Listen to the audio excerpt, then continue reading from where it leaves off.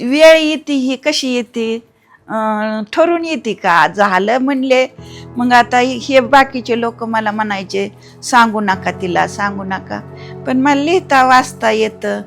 मग आम्ही सोनवणे डॉक्टरकडे जायचो ना, त्यावेळेस त्यांचं ते होतं ना कॅबिन आपलं, त्याच्यावर स्पेशल लिस्ट कॅन्सरवाले असं नाव पण होतं. मग मला कळायचं ना ते सगळं, पण मी भिले नाही त्याच्यावर, असं लय भीती वाटत नसं मला. काही नाही, माझं फक्त पोट दुखलं होतं 2-3 महिने. असं दौंडला गेल्यानंतर कळालं आम्हाला की असं थोडंसं खाये म्हणून. मग तिथून पुढं सुरुवात केली. मग इथं आमचे बाळवणीला एक डॉक्टर येतं पाहुणे, ते म्हणले आपण इथं सोनवणे डॉक्टरला दाखवतो. मग तिथंच आम्ही सगळी ट्रीटमेंट केली सोनवणे डॉक्टर. त्यावेळेस भीती होती लई, भ्यायचे लोक, भ्यायचे म्हणजे असं होतं की आमच्याच नातेवाईकात 2-4 लोकांना झाला होता कॅन्सर. ती झाल्यामुळं मला सुद्धा माझी जीभ दुखायची अगोदर थोडी. ते मला वाटायचं मला जिभेला तीच झाले असं, म्हणजे वाटत होतं पहिल्यांदा. पण मग हे असं परत बऱ्याच दिवसांनी मला झालाच, तो कुठं का व्हायना पण झालाच कॅन्सर. आता मस्त वाटलं त्यावेळेस, पण असं बी वाटायचं की आता जे झालंय ह्याला तर तोंड देणं गरजेचंच असतं, कोणत्या बी गोष्टीला सामोरं तर जावंच लागतं. मग उपचार सुरू केले डॉक्टरने. तिथून पुढं मग आमचं थोडं बरं बी वाटलं. ते म्हणले त्याच्यावर सगळं झाल्यावर म्हणले आता 5 वर्ष मावशी तुम्हाला काहीच होणार नाही. पण 5चे 11 आलेत आता. हा, काही नाही, मला परत आजारपणच नाही आलं त्याच्यावर मला.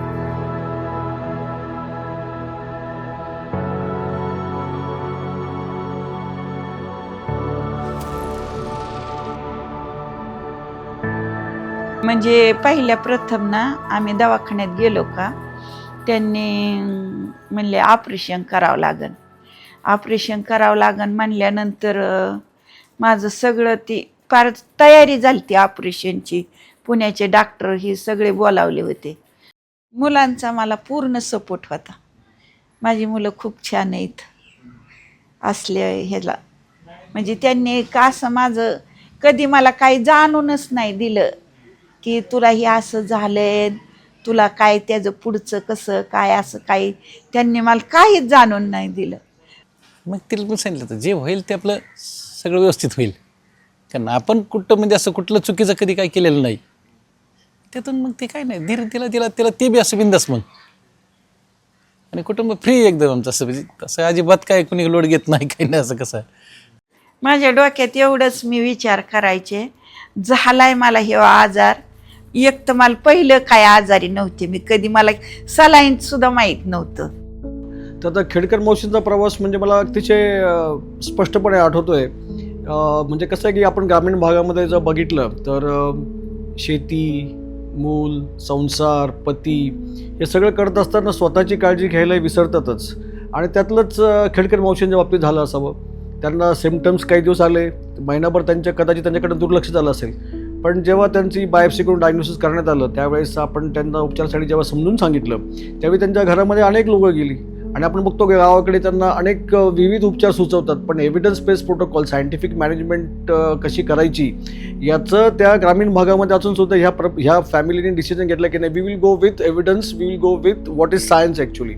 तर त्यांना माझ्या मते, मला नक्की आठवत नाही, पण बहुतेक त्यांना आधी किमोथेरपी घेऊन मग आपण त्यांच्यावरती ऑपरेशन केलं होतं. ऑपरेशन केल्यानंतर मग रेडिएशन पण झालं. पण हे सगळं प्रवासातून जात असताना त्यांनी कधीही फार प्रश्न विचारून, फार शंका घेऊन असं कधीच नाही.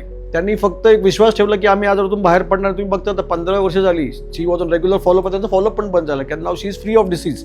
त्यावेळेस कॅन्सरचं लय जरा प्रमाण कमी होतं आणि त्याचा लय मोठा भाव करायचे लोक इशू की ह्यातून जगणारच नाही, वाचतच नाही, असं सगळ्या लोकांना वाटायचं आता ही काय थोड्या दिवसाचं आहे.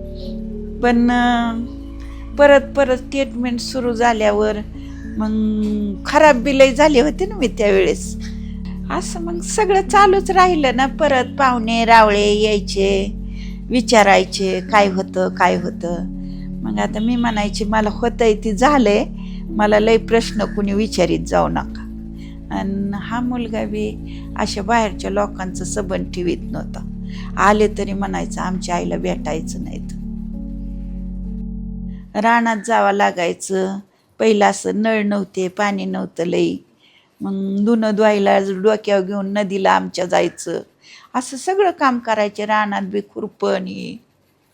आम्ही डॉक्टर सोनवणेकडे जात होतो ना त्यावेळेस मग त्यांनी मला सांगितलं की मावशी भिवू नका, केस गेली तरी परत येतात आणि जास्त घाबरल्यावर जास्त आजारी पडतात असं त्यांनी मला धीर दिला. मग मी तिथून पुढं ठरवलं की आपण आता नीट होत असतो ह्यातून. आणि ज्यावेळेस रिपोर्ट आला ना त्यावेळेला सगळीच भीती संपून गेली. डॉक्टरनी काय नाही म्हणले, काका म्हणले एकदम व्यवस्थित होऊन जाईल म्हणले, काही काळजी करू नका म्हणले, त्याला मी जबाबदारी म्हणली, तुमचं पेशंट वाचवायचं मी जबाबदारी म्हणली माझी. ठीक आहे म्हणलं. तिथून पुढे आणखी टेन्शन कमी झालं बारीक.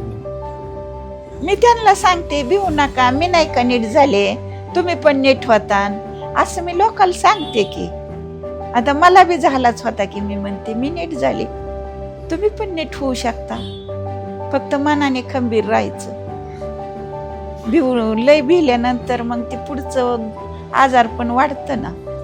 काय मी माझं मन माझी खंबीर केलं होतं की आपल्याला परत ह्यातून काय आसन नाही तर नसन एवढंच आहे, पण हाय तोपर्यंत तर व्यवस्थित राहायचं असं मी ठरवून टाकलं.